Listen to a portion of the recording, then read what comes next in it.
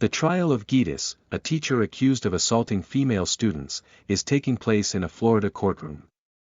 Kevin Lomax, a young attorney, interrupts the prosecution's case after overhearing journalist Larry scoff. Lomax's winning streak seems to be over. Following the trial, he receives an opportunity to work for the John Milton Law Corporation. Kevin then relocates to New York with his young wife, Mary Ann. He is cordially welcomed into the law company and given excellent working conditions, including a sizable salary and a lavish apartment.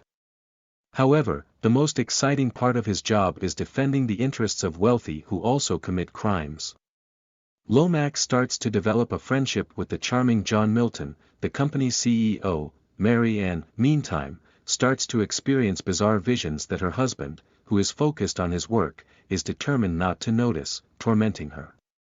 Christabella Andreoli, the company's manager, and he both start to feel attracted to one another.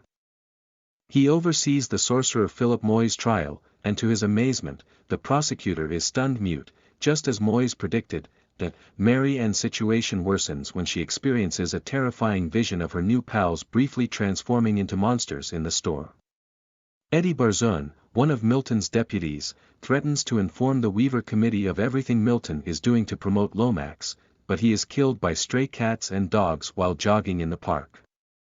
Milton gives Lomax the case of Alexander Cullen, who is charged with killing his family, to investigate.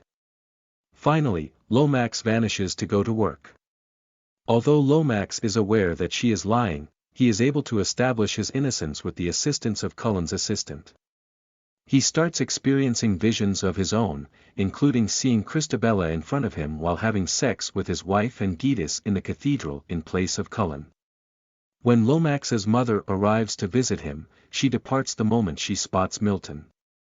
Weaver greets Kevin and accuses Milton's corporation of dealing in weapons and poisons. He also discusses the arrest of Giedis, whose trunk contained the girl's body.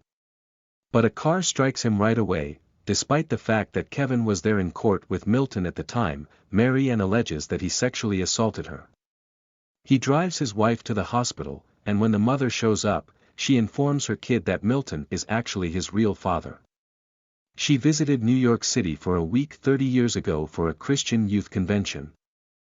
And while there, she was charmed by the hotel waiter. Mary Ann kills herself because she can no longer stand the horrifying demonic visions. Kevin admits to raping Mary, and as he makes his way to Milton through the desolate streets of New York, he rates their sexual encounter as a 7 on a scale of 1 to 10, with 10 being the most repugnant act known to mankind. Cullen's rifle is fired at Milton by Kevin multiple times, but Milton is unharmed. Kevin hears him confess to being the devil, denounce God, and declare the 20th century to be his. He has effectively determined that a lawyer, who defends thieves, murderers, and rapists, is the profession most essential to his goals. He truly is Kevin's father, and he has always protected him, weakening his vanity in the process and turning him into a winner in every situation, whether it be with the pedophile rapist Giedis, the infection-carrying shaman Moyes, or the killer Cullen. Milton has planned his son's career in the best way imaginable. He has made all necessary preparations for what will inevitably occur at the turn of the millennium. He desires the advent of the Antichrist. His parents will be half-siblings Kevin and Christabella Andreoli.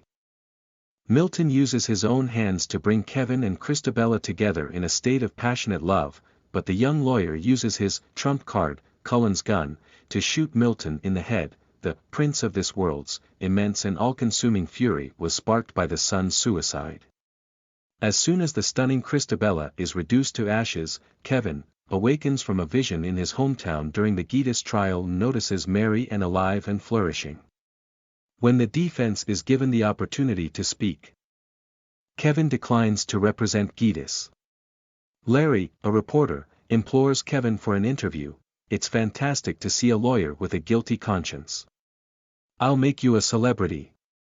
Kevin nods in agreement, and when the attorney and his wife go, the journalist's visage changes to Milton's. Vanity is undoubtedly one of his favorite sins, he declares.